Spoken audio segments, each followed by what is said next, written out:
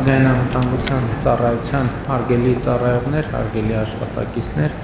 ղեկավար կազմի հարգելի ներկայացուցիչներ, այսօր այստեղ եմ ներկայացնելու ազգային անվտանգության ծառայության նորանշանակ տնօրեն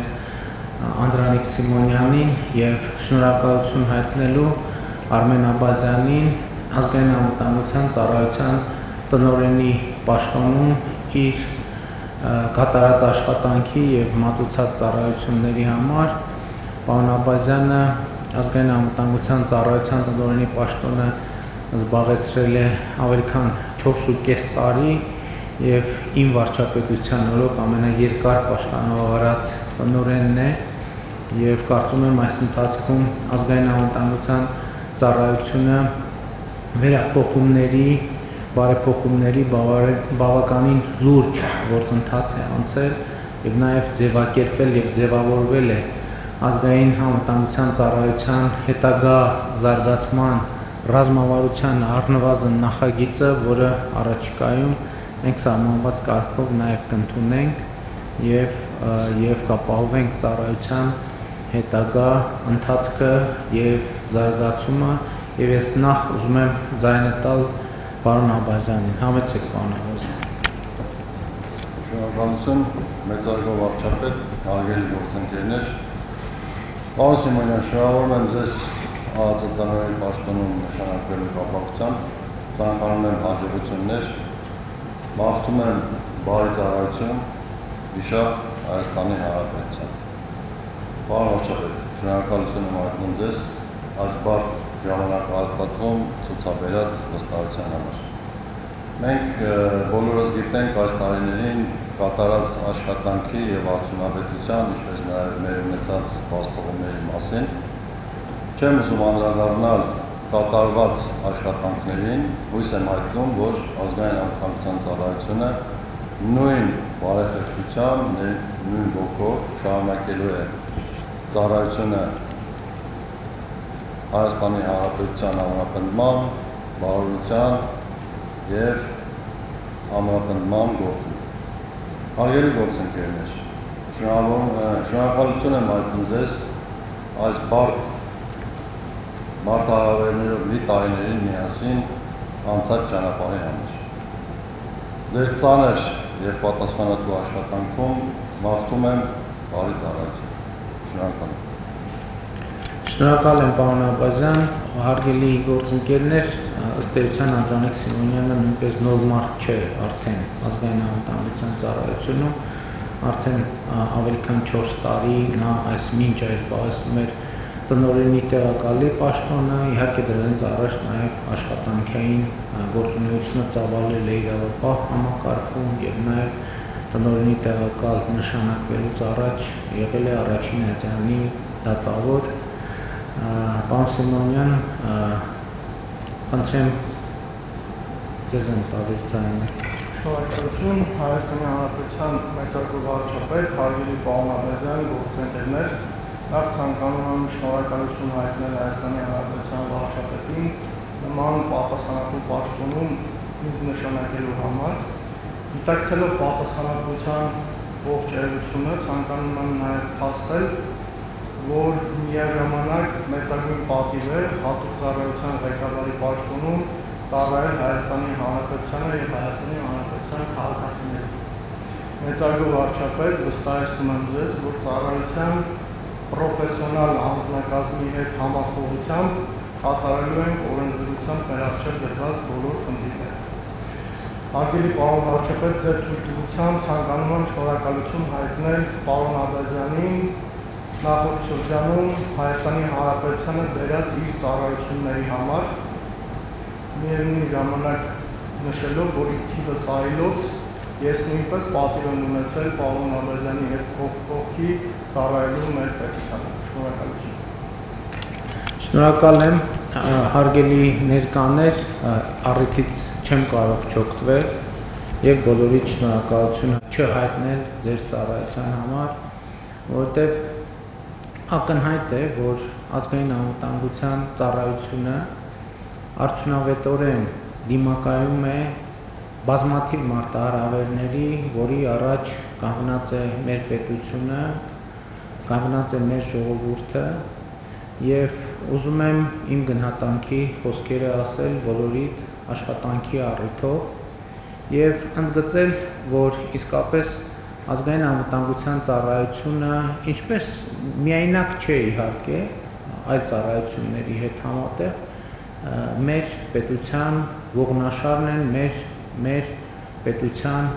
լինելիության եւ անվտանգության կարևոր ինստիտուտներից մեկը եւ ըստ էության տեսեք այն բոլոր մարտահրավերները, որոնք կարող էին ապակայունացնել Հայաստանի Հանրապետությունը եւ անվտանգային մարտահրավերներ ստեղծել, այդ բոլոր մարտահրավերները մինչեւ այս պահը հաջողությամբ չեզոքացված են եւ իհարկե այստեղ չեմ ուզում որևէ կերպ նսեմացնել ազգային անվտանգության ծառայության ղեկավարության դերը, տնօրենի տեղակալների եւ բայց նաեւ ուզում եմ ընդգծել, որ ազգային անվտանգության ծառայության բոլոր աշխատողների եւ բոլոր ներկաների առանձնահատուկ դերակատարումը այդ ամենում անհրաժեշտ է ընդգծել։ Պիտի ասեմ, որ նաեւ իմ կարծիքով աշխատանքի արդյունավետության շարունակական բարձրացման գործում էական դեր է խաղում նաեւ այն ռազմավարությունը, որ մենք միասին որդեգրել ենք քննարկումների արդյունքում, ընդգծելով, որ ազգային անվտանգության ծառայությունը պետք է կենտրոնանա հետևյալ հիմնական գործառույթների վրա՝ հակահետախուզություն, ահաբեկչության դեմ պայքար, սահմանադրական կարգի պահպանություն, իհարկե նաեւ սահմանապահ զորքերն են ազգային անվտանգության ծառայության համակարգում գործում, բայց ես ուզում եմ ընդգծել այս երեք ֆունկցիաների կարևորությունը եւ նաեւ ասել, որ կարծում եմ, որ կառավարությունն էլ բավարար պայմաններ ստեղծում է, որպեսզի ծառայությունը կարողանա իրոք կենտրոնանալ այս գործառույթների վրա։ Ես մի վիճակագրություն այստեղ գալուց առաջ ուղղակի ցանկացա առիթից օգտվել եւ մի վիճակագրություն ճշտել եւ ներկայացնել 2018 թվականից ի վեր այսօրվա դրությամբ ազգային անվտանգության ծառայության ֆինանսավորումը եռապատկվել է 3 անգամ շատացել է ազգային անվտանգության ծառայության ֆինանսավորումը իհարկե կան նաեւ որոշակի գործառույթներ որոնք ձևափոխվել են մասնավորապես վերջին տարիներին մեծ ներդրումներ են արվել ազգային անվտանգության ծառայության սահմանապահ զորքերի սահմանային ենթակառուցվածքների կահավորման առումով, բայց նաև որոշակի գործառույթներ ազգային անվտանգության ծառայությունից դուրս են բերվել եւ ընդհանուր առմամբ ֆինանսավորման եռապատկումը կարծում եմ արտահայտում է ընդհանուր պատկերը, ինչի մասին խոսում եմ եւ ես կարծում եմ, որ մեր ռազմավարությունը պետք է զարգանա այդ ուղղությամբ առավել կենտրոնանալ 3 հիմնական գործառույթների վրա, որովհետև իմ կարծիքով երբեմն չի արձանագրվում, տարբեր մեկնաբանություններ են լինում, քննարկումներ են լինում ազգային անվտանգության ծառայությունը ինչու է այս հարցով զբաղվում, ինչու է այն հարցով զբաղվում, ինչու է այս զեկուցում, ինչու է այն զեկուցում եւ մոռացության է մատնվում, որ կարևորագույն գործառույթներից մեկը սահմանադրական կարգի պահպանությունն է։ Բայց հիմա ես ուզում եմ մեր ուշադրությունը հրավիրել մի հանգամանքի վրա, որը ըստ էության հիմա բացահայտվեց առաջին հերթին ազգային անվտանգության ծառայության ջանքերով։ Ըստ էության այն մարտահրավերները, որոնց մենք հիմա առերեսվում ենք, իրենք հիբրիդային մարտահրավերներ են, իրենք ունեն եւ ահաբեկչության հատկանիշներ, եւ սահմանադրական կարգի խախտման հատկանիշներ, եւ հակահետախուզական բնույթի հատկանիշներ։ Եվ ես կուզենայի, որ աշխարհում հիմա շատ է քննարկվում բոլոր երկրներում հիբրիդային սպառնալիքների համակարգը եւ ես կուզենայի, որ մենք այս 3 գործառույթների կատարման համատեքստում մեր ընկալումները նույնպես ընդլայնեինք, որովհետեւ հակահետախուզության գործառույթում մենք սովորաբար հաշվի ենք առնում եւ քրեական օրենսգրքի տրամաբանությամբ արձանագրում ենք օտարերկրյա հատուկ ծառայությունների հետ կամ օտարերկրյա հատուկ ծառայությունների կողմից հավաքագրված անձանց օրենքով սահմանված պատասխանատվության ենթարկելը եւ ընդ որում վերջին տարիներին այս առումով աննախադեպ բացահայտումներ են եղել, որոնք իհարկե մի կողմից լավ է, որ բացահայտում են, բայց մյուս կողմից նրանք խորը ցավ են պատճառում, ամեն դեպքը խորը ցավ է պատճառում, որովհետեւ մենք առերեսվում ենք աներևակայելի իրավիճակների, որ սովորական մեր